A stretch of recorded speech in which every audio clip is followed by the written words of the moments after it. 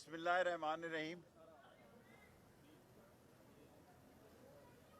اس مرتبہ اتنی بڑی تعداد میں لوگ عید ملنے لال حویلی آئے ہیں، گو کہ راشد شفیق صاحب نہیں ہیں کہ لال حویلی چھوٹی پڑ گئی ہے۔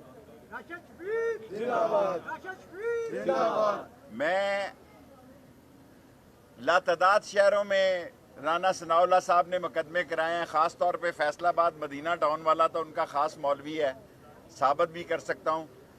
رانا ثناء اللہ صاحب بتائیں کہ 9 شہروں میں سے میں کس شہر میں گرفتاری دوں؟ جو شہر، اگر ان کو فیصل آباد اپنا تھانہ مدینہ ٹاؤن پسند ہے، میں کسی اجرتی قاتل سے نہیں ڈرتا۔ میں نہیں کہتا، عابد شیر علی کا باپ کہتا ہے کہ یہ 18 آدمیوں کا قاتل ہے، اور اب میں کیا کہوں، اس ملک کی بدنصیبی ہے۔ 300 آدمیوں کو انہوں نے پہلے دن ہی ECL سے نکالا ہے، جس میں ایک لاکھ، جس میں ایک ٹن پاؤڈر کا کیس ہے، ایفیڈین کا کیس ہے اور ہیروئن کا کیس ہے۔ میں نے 4 آرمی چیفز کو، IG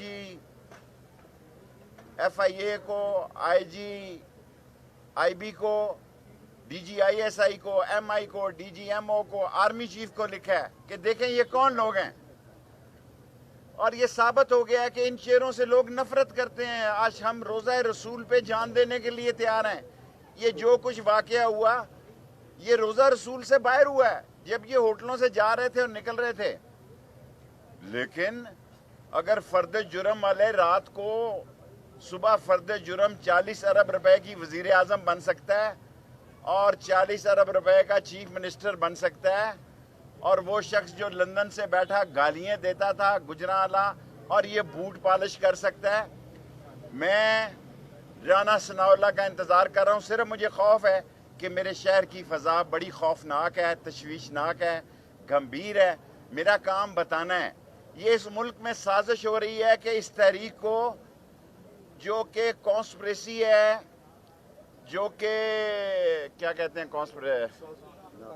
مداخلت ہے، اس کو فوج کے خلاف ٹرن کیا جا رہا ہے۔ یہ ایک غیر ملکی سازش ہے کہ پاکستان کی عظیم افواج کے خلاف میڈیا میں، سوشل میڈیا میں، اور جو اس شہر میں کمپین چلائی جا رہی ہے۔ ممکن ہے جس دن اسلام آباد میں عمران خان کی کال ہو، جس طرح بھٹو کے دوران میں یہاں بعض لوگوں نے اپنے آپ کو آگ لگا لی تھی، یہاں ایسی فضا بنی ہوئی ہے، اور یہ بنائی جا رہی ہے غیر ملکی طاقتیں، وہی جو اپنے ٹوٹوں کو لے کے آئی ہے۔ ایسی فضا بنائی جا رہی ہے کہ اس ریلی میں لوگ اپنے آپ کو آگ لگائیں، اور وہ فضا کسی اور طرف لے جانا چاہتے ہیں۔ مطالبہ صرف ایک الیکشن کا ہے، صرف ایک الیکشن۔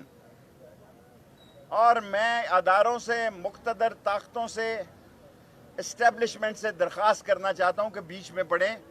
گلی محلے میں لڑائی شروع ہو چکی ہے، چوک چوراہے میں لوگ ایک دوسرے کے خلاف آمنے سامنے ہو گئے ہیں۔ اس ملک یہ اٹامک پاور ہے اور اس ملک کی عظیم افواج ہے۔ ممکن ہے ایسے حالات آ جائیں کہ مارچ اگر کال ہو جائے اور حالات عمران خان کے ہاتھ سے بھی نکل جائیں۔ میں نے وقت سے پہلے بتا دیا ہے، میں وقت سے پہلے بات کرنا چاہتا ہوں کہ بعض لوگ لانگ مارچ میں اپنے آپ کو آگ لگانا چاہتے ہیں، اور وہ کسی سیاسی پارٹی کے لوگ نہیں ہیں۔